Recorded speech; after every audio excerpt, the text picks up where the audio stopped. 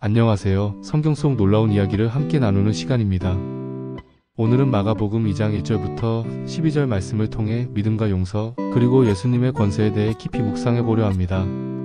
우리는 때때로 몸이 아픈 것보다 마음이 아픈 상처에 더 무너질 때가 있습니다. 오늘 본문에는 중풍병이라는 육체의 질병뿐 아니라 죄라는 더 깊은 문제를 다루시는 예수님의 모습을 만나게 됩니다.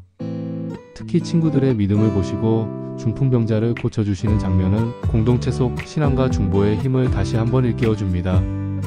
마가복음 2장 112절을 함께 읽겠습니다. 수일 후에 예수께서 다시 가버나움에 들어가시니 집에 계시다는 소문이 들린지라. 많은 사람이 모여서 문 앞까지도 들어설 자리가 없게 되었는데 예수께서 그들에게 말씀을 전하시더니 사람들이 한 중풍병자를 네 사람에게 메워 가지고 예수께로 올세.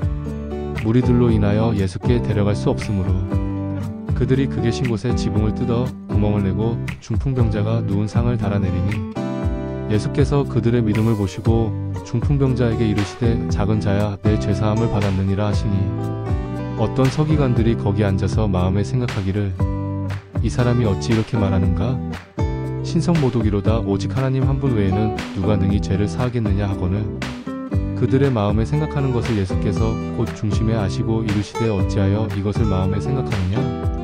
중풍병자에게 내 죄사함을 받았느니라 하는 말과 일어나 내 자리를 들고 걸어가라 하는 말 중에 어느 것이 쉽겠느냐?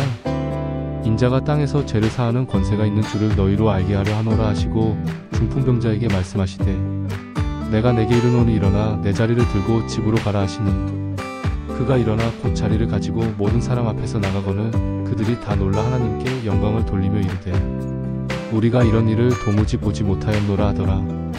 배경 설명.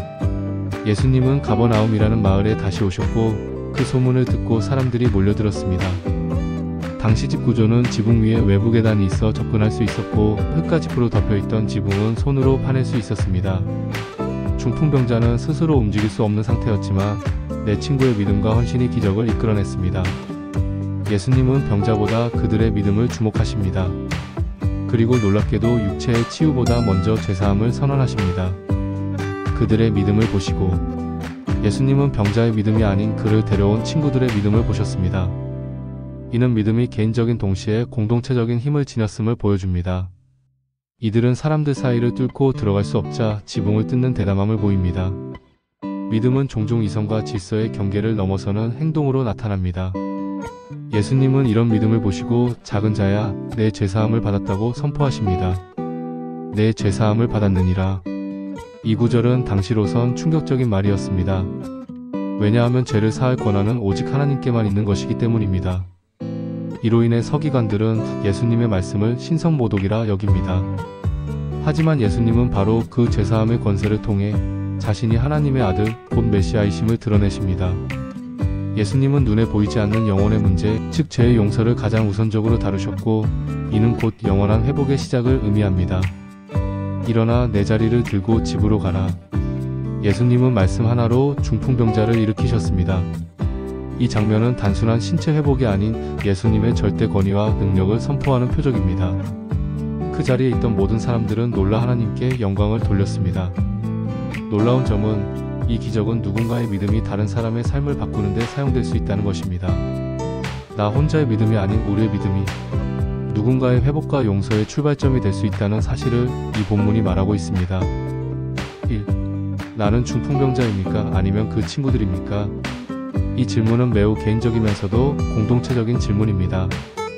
우리 모두는 어느 시점엔 중풍병자일 수 있습니다. 겉으로 멀쩡해 보일지라도 움직일 수 없는 내면의 중풍, 즉 영적 무기력, 반복되는 죄의 패턴, 상처와 트라우마에 눌려 스스로 걸어갈 수 없는 상태일 수 있습니다. 그 병자는 말을 하지 않았습니다. 스스로 예수님께 가려는 행동도 없었습니다. 그를 예수님께 인도한 것은 전적으로 친구들의 믿음이었습니다. 당신은 지금 어떤 상태인가요? 스스로 예수께 갈 수 없는 지경에 이르렀다면 주변의 신앙의 친구들을 의지해 보십시오.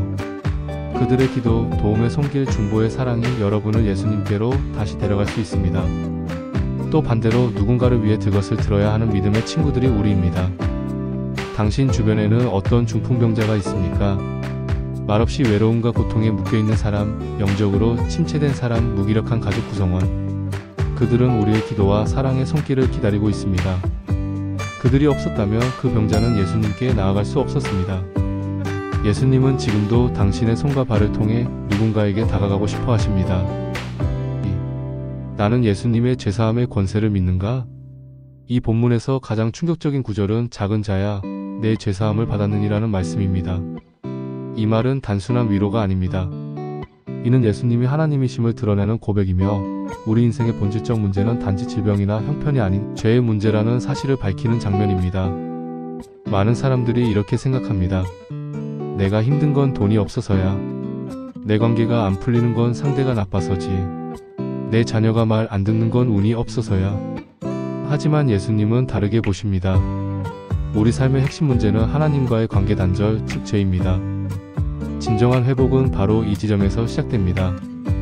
우리의 모든 문제를 예수님께 가져갈 때 그분은 가장 먼저 우리를 바라보며 이렇게 말씀하십니다. 작은 자야, 내가 너를 용서한다. 이 말씀이 들리는 순간 과거의 죄책감, 실패의 기억, 수치심은 힘을 잃습니다. 왜냐하면 용서는 곧 새로운 시작의 선언이기 때문입니다. 예수님께서 주신 죄사함을 받아들이는 삶을 살고 있나요? 아직도 하나님 앞에 용서받지 못한 죄의식에 눌려있지는 않나요?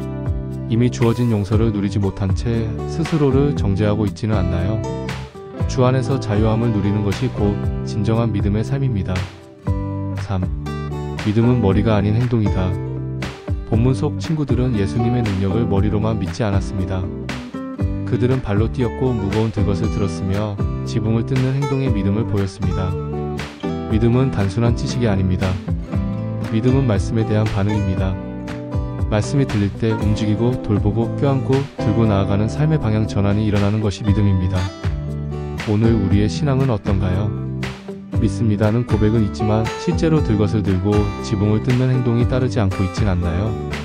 가까운 누군가의 병을 위해 기도하고 있나요? 누군가의 죄의 짐을 대신 짊어지고 있나요? 회복의 기회를 줄 수 있는 말 한마디, 손 내밈을 실천하고 있나요? 우리의 신앙이 더 이상 머리 지식에만 머무르지 않고 실제 삶 속에서 드러나는 믿음이 되기를 소망합니다. 4. 공동체의 믿음은 누군가의 기적이 된다. 이 사건은 예수님이 혼자 병자를 찾아가신 것이 아닙니다. 병자는 스스로도 나아갈 수 없었습니다. 그를 예수님께 데려온 것은 친구들의 믿음이었습니다. 예수님은 그 병자의 믿음을 보고라고 하지 않으셨습니다. 그들의 믿음을 보시고라고 말씀하셨습니다. 이 얼마나 놀라운 사실입니까? 누군가의 믿음이 나의 인생을 바꿀 수 있고 나의 믿음이 누군가를 살릴 수 있다는 것입니다. 교회는 그런 공동체입니다. 믿음이 약한 자를 위해 함께 들것을 드는 곳, 기도가 막힌 자를 위해 대신 무릎 꿇는 곳, 다시 예수님께 나아갈 용기가 없는 자를 위해 대신 지붕을 뜯는 믿음의 공동체. 오늘 나는 누구의 들것을 들고 있습니까? 혹은 내가 쓰러졌을 때 누가 나의 들것을 들고 있었나요? 그들을 기억합시다. 그리고 그 믿음을 다시 누군가에게 돌려줍시다. 5. 자리를 들고 일어나 걸어가라는 명령은 오늘 우리에게도 유효하다. 예수님은 병자에게 자리를 들고 일어나 걸어가라고 명하십니다. 이 말은 단순히 병을 고쳤다는 차원이 아닙니다. 그가 과거의 상태를 벗어나 새로운 삶의 방향으로 나아가야 할 책임이 있다는 의미입니다. 자리를 들고 간다는 것은 더 이상 그 자리에 눕지 않겠다는 선언입니다. 이제 나는 예전의 나로 돌아가지 않겠습니다. 라는 상징적 결단입니다. 예수님께 은혜를 입은 우리가 여전히 죄의 자리, 낙심의 자리, 중독의 자리, 무기력의 자리에 눕고 있다면 그것은 예수님의 명령을 따르지 않는 것입니다. 예수님은 우리에게도 말씀하십니다. 내가 너를 일으켰으니 이제 너는 걸어가라. 자리를 들고 새로운 길로 나아가라. 다시는 예전의 자리로 돌아가지 말아라. 6. 나는 누구의 지붕을 뜯어줄 수 있는가? 본문 속 내 친구는 지붕을 뜯었습니다. 지붕을 뜯는다는 것은 큰 결단입니다. 주인의 눈치를 봐야 하고 비난을 감수해야 하고 수리도 해줘야 합니다. 하지만 그들은 그것보다 친구의 회복이 더 중요하다고 여겼습니다. 오늘날 우리는 어떻습니까? 누군가를 위해 기꺼이 지붕을 뜯는 수고를 감당할 수 있습니까? 불편함을 감수하고 손해를 무릅쓰며 예수님께 데려가기 위해 애쓰는 친구입니까? 믿음은 희생을 요구합니다. 사랑은 불편함을 받아들입니다. 회복은 누군가의 결단을 통해 이루어집니다. 예수님께서 그들의 믿음을 보셨듯 오늘도 하늘 아버지께서 당신의 희생적 믿음을 주목하고 계십니다. 오늘 우리는 마가복음 2장을 통해 놀라운 회복과 용서의 이야기를 나누었습니다.